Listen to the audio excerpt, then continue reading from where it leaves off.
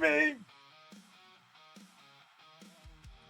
Okay, let's talk balance notes, I guess. You know, a lot of guys have been asking me, well, it started with asking me like what my opinion was on the set, and and I was real quiet, which I think guys noticed. And then now with the balance, they asked me if I was going to make videos like I did for Roots. And the only reason I did videos for Roots is because I was so excited about it. I genuinely wanted to have a higher level of conversation about it because recursion is so hard to do. It was so new, and it was done right. It really was. It was a fantastic set. And then really felt like because we lost our head game designer to be replaced by who knows who from who knows where. Like the Saints. Is Saints been contracted to run this game, and then he just subcontracts it to nameless people? Well, Saints, get whoever the hell made Roots, get them back, because whoever did Plague sucks. You know, where Roots had we'll compare. You know,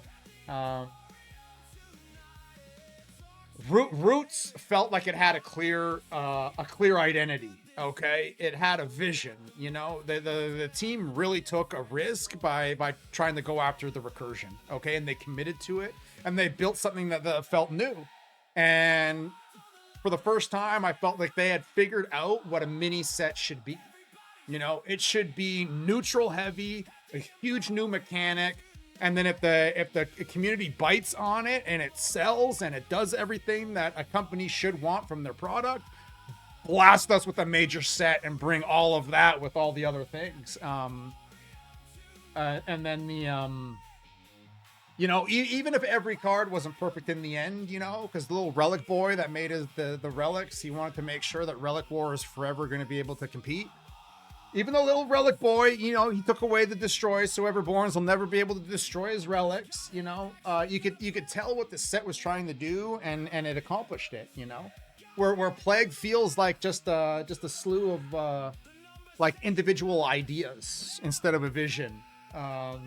Very little of this set makes me want to build a deck out of it. You know, like there's a few slot pieces, but it also kind of like shatters God identities. You know, which privately breaks my heart. You know, I was always been a really big fan of Deception's board steal.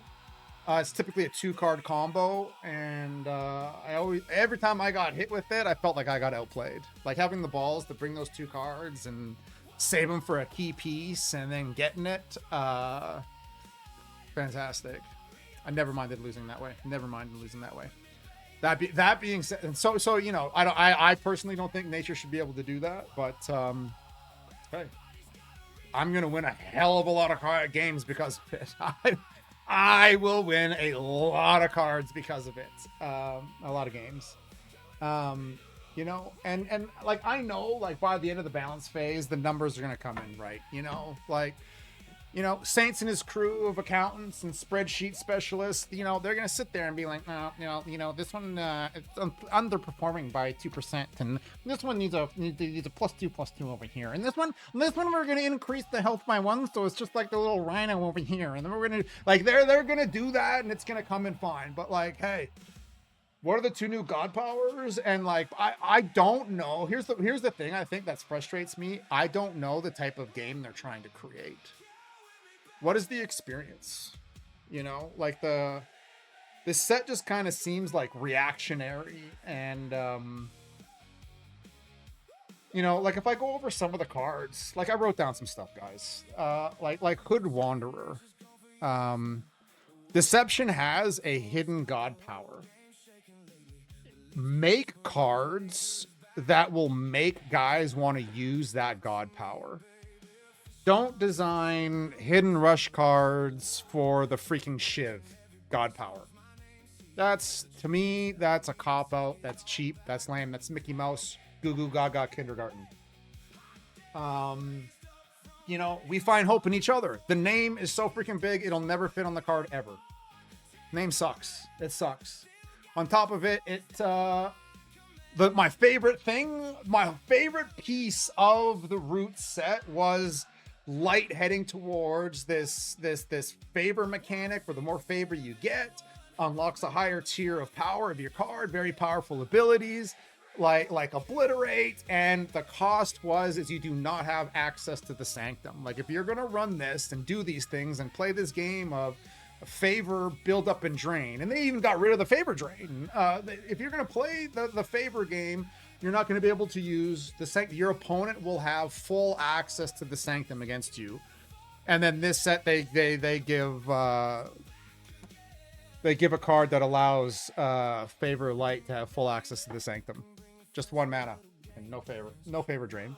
So that's it. Just undoes last set in 1 card and just makes like freaking cruise control easy. Purifying Flame, more of the same for Magic. They can obliterate even more stuff. So now they can just obliterate, and nuke you. You know, Unique Tactician. I'm surprised this card didn't catch on either. It completely overreaches. You know, it's a passive ability that procs all the time. So every single token in the game is dead. Vikings, Amazons, Sporophytes, they're all dead. And this thing is a neutral and it's got hide. But I think it overreaches. Like I don't mind if a card designed to go after like toxic decks like teachers and stuff, but when you're now completely coming after all the tribe synergies and the afterlives, that to me that's overreaching in a card's ability. And then Aria giving the Gods Unchained's first free god power. All right, let's but only for 1 god, right? Only 1 god. Okay. The key. This is another one like Roots, what it was, the Everborns. The whole thing is disrupting all the combos, synergy decks that are out there. It's a mill deck. It's all these things. Then directly following up, they add another mill design to the game. Why? Everything's milling. Guys are going to fatigue on that so freaking bad if they haven't already. You know, that's another card. It makes me like, what type of game are you trying to create? This is just mill Unchained. Kind of where I'm at with the set. You know, it's kind of sloppy all over the place. The design is drifting. But like the lack of putting your name on your work, I think is no balls. No balls. If you're gonna do work and not put your name on it, you know you're doing terrible work. You know you are. You're less likely to do terrible work if your name is on it. Just less likely. The guys in this space that I admire have always put their names on their work, you know. Going back to like Mark Rosewater from Magic the Gathering. You know, he used to write like in like blogs, articles on card design, and then and even as he was designing cards, he would continue to do it. And then when he was the head card designer, he continued to do it. And you always knew who was writing it. And he did a fantastic job of getting you excited about something. He would call out things that weren't being designed properly, even under his own reign. He would call out the lack of inspiration, creativity, and he would call out lazy design choices. He was fantastic. And then even going even further into like video games, like at like Blizzard's peak when they had Mark Kaplan, like he was synonymous with what was that game? With Overwatch. You know, like Blizzard had been stuck in this like mold of like Diablo and you know, Warcraft.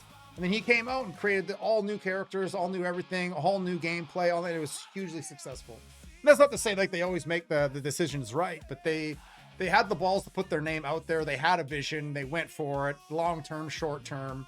And so whenever anything gets mixed around, it's not sitting there being like, well, according to our spreadsheet, this thing has to do this and do that, and then this thing and that. Like, who cares? where's the game going? Are we only playing Eternal forever? Is that it? We're just obliterating everything, and that's the other thing with this set is that it ignores all the mechanics of the game. So many, like just all of it, you know, like the relics that steal health. We have no defensive ability against steal. We got none. You know, mana cheating. Like, here's what I wrote. Healthy mechanics create more decisions for the player. Bad mechanics remove decisions. So when you look at the mechanics of this set, does obliterating a card add decisions to the player? Or does it remove decisions? You know, when you're sitting there being like, oh man, do I remove this thing? If I remove this thing, it puts it into the void. They're probably bringing something even more powerful out. So maybe I leave that on the board. And then when I can deal with that and the follow-up play that I know that they're going to do, I'll have an answer ready for it. Or is it, oh, there it is, obliterate. And I don't have to deal with any of that. That's kind of, I guess, what the is another frustrating part. You know, too many of the new mechanics don't interact with the game systems that are in place. It just bypasses them, just completely bypasses them.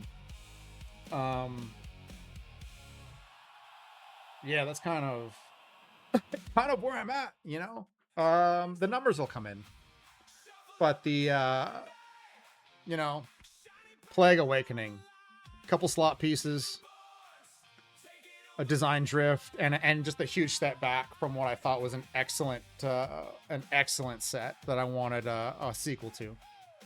I wanted a true follow up. And now I don't think they're ready. I don't think this team's ready for a major set. I think they have to do 2 or 3 mini sets again till they figure it out, till they can get on the same page and bring us some vision. Anyways, guys, that's me. That's today. We'll see you when we see you guys.